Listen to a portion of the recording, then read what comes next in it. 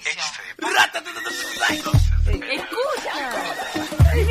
Génération Grand. Génération Grand.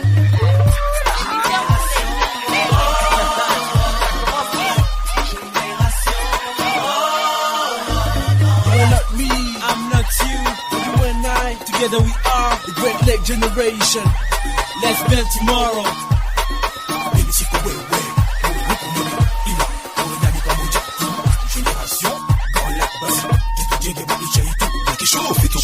nanjye mfite ukwanjye bityo wowe nanjye dushyire hamwe dusenyere umugozi umwe n'urungano rumwe rw'ibiyaga bigari twubake ejo hazaza heza twubake ejo hazaza heza. Moi, je suis pas toi. Toi et moi nous sommes Génération Grand Lac. Ensemble, construisons notre avenir. Bonjour, bonsoir à tous et bienvenue dans Génération Grand Lac GGL, une émission que vous écoutez chaque semaine au Rwanda, au Burundi et en RDC.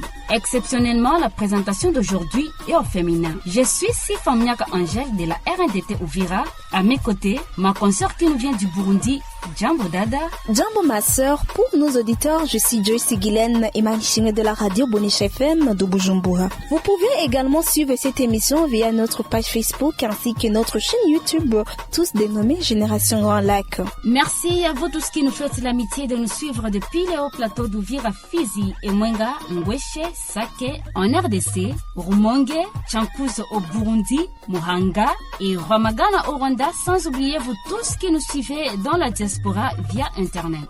À tous, nous vous souhaitons la bienvenue dans GGL.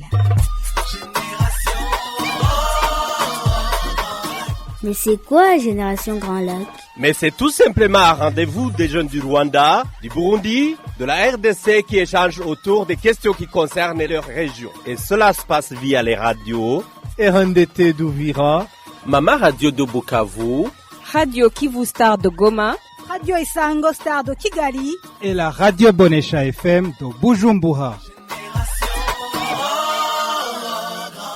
Une fois de plus, bienvenue dans GGL. La semaine dernière, nous avions échangé autour des tensions politiques dans notre région des Grands Lacs et ses conséquences sur les relations entre nos populations. Si vous voulez réécouter cette émission, rendez-vous sur notre page Facebook ainsi que notre chaîne YouTube, tous dénommés Génération Grand Lac. Sinon, vous pouvez nous envoyer vos commentaires via notre numéro WhatsApp, le plus 257 65 200 617. Sinon, nous l'avons vu dans nos précédentes émissions de part et d'autre de nos pays, nous avons des citoyens qui ont décidé de s'installer dans un autre pays de la région. Sur place, beaucoup se sont intégrés dans ces sociétés jusqu'au point de se marier aux personnes de leur pays d'adoption. C'est le cas de Désiré Bigilman, cet enseignant burundais que nous avions écouté dans une de nos précédentes émissions. Écoutez ce qu'il nous disait par rapport à son intégration à Uvira où il vit. Je me suis marié avec une Congolaise, c'est-à-dire que j'ai fait le mariage mixte. Ma femme est Foulirou,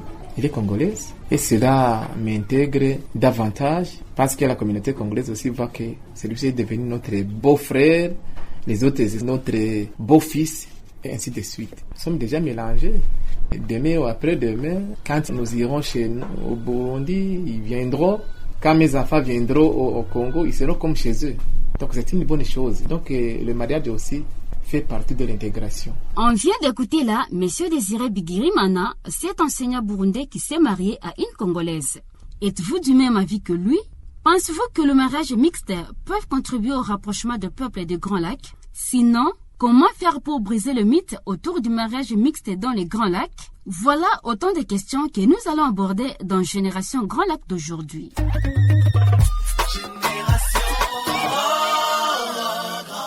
Bienvenue encore une fois dans GGL. D'entrée de jeu, commençons par une question un peu provocatrice. Seriez-vous d'accord à l'idée d'épouser une personne d'une autre nationalité que la vôtre?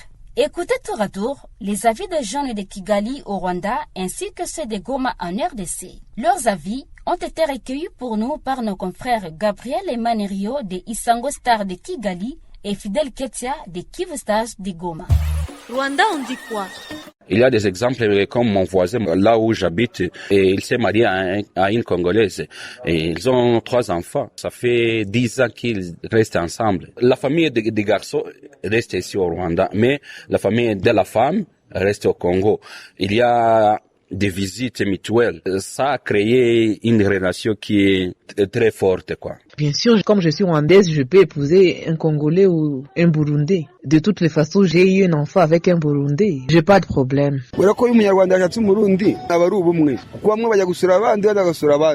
Si un Rwandais épouse une Burundaise, cela crée l'unité. Cela favorise des visites et échanges de part et d'autre. Il y a des Congolais qui épousent des Rwandaises, tout comme des Rwandais qui épousent des Congolaises, et cela sans problème. Et en cas de conflit entre nos pays, cela ne peut en aucun cas affecter ces couples. Je peux épouser une Congolaise, une Burundaise, parce que la diversité des peuples, c'est l'avantage. Si j'épouse une femme congolaise, la Burundaise, mon enfant va avoir assez d'histoire du Rwanda et du Congo qui va le favoriser de vivre dans cette région. Congo, on dit quoi? Ce n'est pas la nationalité qui va freiner l'amour. Donc, épouser une personne d'une autre nationalité, pour moi, je suis pour des raisons qu'on doit faire quand même des métissages. J'ai connu beaucoup de couples de diverses nationalités, mais qui ont réussi dans leur vie et qui ont réussi à pouvoir se comprendre. Ah ouais, je peux. Pour tenter une nouvelle expérience, savoir de nouvelles cultures, parce que chez nous, il y a d'autres cultures que eux aussi n'ont pas. Comme eux aussi ont certaines cultures que nous n'avons pas, donc la combinaison ça peut marcher, je crois. C'est le destin qui amène la personne à se marier avec la personne qui se croise avec lui dans sa vie. Génération Grand Lac, une émission produite avec le soutien de la coopération suisse et l'USAID. Vous êtes à l'écoute de Génération Grand Lac que vous écoutez depuis Kigali, Bujumbura, Goma, Bukavu et Uvira via vos radios. Vous pouvez également nous suivre sur notre page Facebook et notre chaîne YouTube, tous dénommés Génération Grand Lac.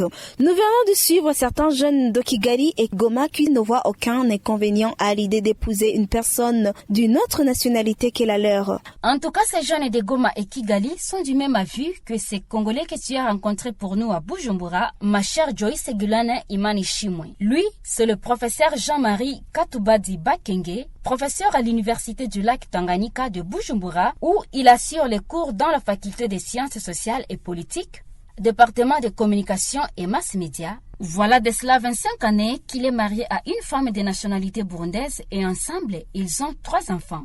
Il nous parle ici de son expérience dans ce processus de mariage. On l'écoute. Ma belle famille m'a accepté sans beaucoup de résistance et cela n'a pas causé beaucoup de difficultés. Peut-être les gens de l'entourage qui ne sont pas vraiment très proches de la famille, des amis, qui sont dans certains préjugés. Les préjugés sont essentiellement culturels en fait. L'image en fait du Congolais dans la société burundaise, au moins, c'est qu'une partie de la société burundaise s'en faisait. C'était une image qui était plus ou moins écornée, pas une image laudative. Voilà, le Congolais aime l'ambiance, le Congolais aime les femmes, le Congolais n'est pas sourié. Voilà, comme aussi le Congolais avait des préjugés.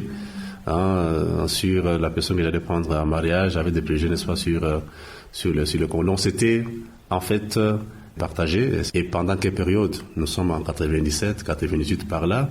C'était pendant la période où en fait le Zaïre de Mobutu avec le Burundi ne faisait pas bon ménage. Cela avait quand même un petit impact aussi sur ce type de mariage. Et mon épouse, elle a bravé parce que les amis peut-être périphériques avaient des appréhensions sur le Congolais, pas ricoché, n'est-ce pas, sur son mari. Voilà. Est-ce que tu es sûr que tu seras l'unique femme, parce que il est fort possible qu'il ait, n'est-ce pas, d'autres femmes chez lui qu'il a laissées. Tu seras la 2e ou la 3e. Est-ce que tu auras la liberté, en fait, d'être une femme qui ne sera pas confondue, n'est-ce pas, à une femme de ménage? Est-ce que tu es sûr vraiment de rester le plus longtemps possible avec lui? C'est presque un mort-né. Ben voilà qu'aujourd'hui, en fait, ça fait 25 ans que nous sommes ensemble. Oui, et que faire pour briser le mythe autour du mariage mixte? La tendance, ce qu'on remarque, c'est que dans l'éducation que nous donnons aux enfants, nous avons tendance à leur inculquer une idéologie, n'est-ce pas, séparatiste en fait. De tel camp, c'est le camp des meilleurs, et l'autre camp, c'est le camp, n'est-ce pas, de pire. Tel camp, c'est le camp de bon, l'autre, c'est le camp, n'est-ce pas, de mauvais. Le mariage mixte permet la rencontre, en fait, culturelle. Lorsque vous allez épouser ailleurs, vous permettez aux autres de pouvoir agrandir le monde des connaissances. Vous allez tisser des relations avec d'autres personnes que vous ne connaissiez pas avant. Par exemple, aujourd'hui, moi, et ma belle famille qui est, n'est-ce pas, au Burundi, et puis ma famille qui est au Congo, ça devient une même famille assez riche. On fait cet échange culturel et les enfants issus de cette union en profitent de deux civilisations ou encore de deux cultures. Génération Grand Lac, une production signée Search for Common Ground en collaboration avec vos radios RNDT d'Uvira, Mama Radio de Bukavu, Radio Kivu Stade de Goma, Radio Isango Star de Kigali et la Radio Bonesha FM de Bujumbura.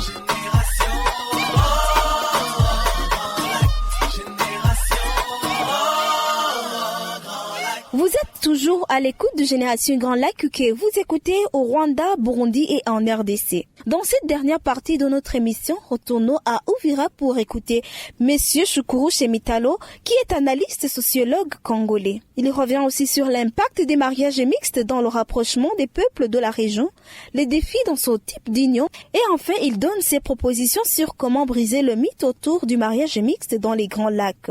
Quand il y a la cohésion sociale, cela veut dire qu'il y aura un rapprochement de personnes de différentes nationalités. Deuxième élément, nous acceptons que nous sommes différents. On est Congolais, on est Burundais, on est Rwandais. Mais ces différences constituent notre force. Le mariage mixte peut aussi créer ce que nous appelons l'intégration régionale. On se sent être nationaliste dans les pays voisins. Donc tu es Congolais, quand tu te trouves au Burundi, tu n'as pas de limites, tu t'intègres facilement. Tu acceptes les identités des autres. Et dans ces cas, vous pouvez épouser la personne d'une autre nationalité et vous n'avez pas de problème. Ce qui peut être comme élément de découragement de ces mariages de différentes nationalités, c'est quand on a l'ethnocentrisme. L'ethnocentrisme, nous l'appelons en anthropologie, le fait qu'on se croit être meilleur, ou sa culture ou sa nationalité étant meilleure par rapport aux autres. Et dans ce sens, on a tendance de se désolidariser, d'échapper toute question de relations sociales. Deuxième élément, quand on n'a pas des rapports convenables de pays voisins, là, ça peut créer des limites. Le découragement peut aussi être causé par la question des refus. Chaque communauté manifeste des aspects négatifs des autres. Non, il ne faut pas épouser une fille burundaise, il ne faut pas épouser un garçon congolais, il ne faut pas épouser une fille rwandaise. C'est quand on a tendance à montrer les négatifs des autres, et là on crée des préjugés, donc on crée des stéréotypes négatifs qui montrent que les autres là sont mauvais. Et comment faire pour briser les mythes autour du mariage mixte dans la région des Grands Lacs? Il faut d'abord créer des réseaux au niveau de ces pays, des groupes, des rapports sociaux au quotidien, que les gens se côtoient par des groupes, par du commerce, par plusieurs moyens, qu'il y ait une fréquentation, parce qu'en psychologie nous disons que la fréquentation crée l'acceptation. Quand les gens se fréquentent, il y a possibilité qu'ils acceptent mutuellement. C'est donc par ici que nous mettons un terme à l'émission Génération Grand Lac d'aujourd'hui, une émission que vous suivez depuis le Rwanda, le Burundi et la RDC. Émission à suivre également sur notre page Facebook et notre chaîne YouTube tous dénommée Génération Grand Lac. La présentation de ce jour est signée Sifamniak Angèle de la RNDT Uvira en RDC et Dieu Sigilani Emanishmi de la radio Bonesha FM de Bujumbura. Aujourd'hui, nous échangeons autour des mariages mixtes ou mariages entre les populations de nationalités différentes au niveau de notre région des Grands Lacs. Merci à vous tous de nous avoir prêté oreille attentive. Vos avis et commentaires sont les bienvenus sur notre adresse mail radio-ggl3@gmail.com ou encore sur notre numéro WhatsApp le +257 65 200 617. D'ici là, prenez soin de vous et des vôtres et à la semaine prochaine pour un autre numéro de Génération Grand Lac. Au revoir. Écoute, Génération Grand Lac. Génération Grand Lac.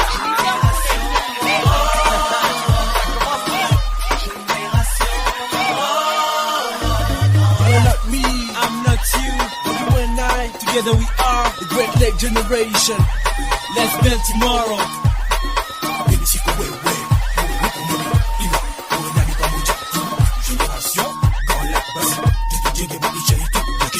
Kwa uteye nanjye mfite ukwanjye bityo wowe nanjye dushyire hamwe dusenyere umugozi umwe n'urungano rumwe rw'ibiyaga bigari twubake ejo hazaza heza twubake ejo hazaza heza. Moi, je suis pas toi. Toi et moi nous sommes Génération Grand Lac.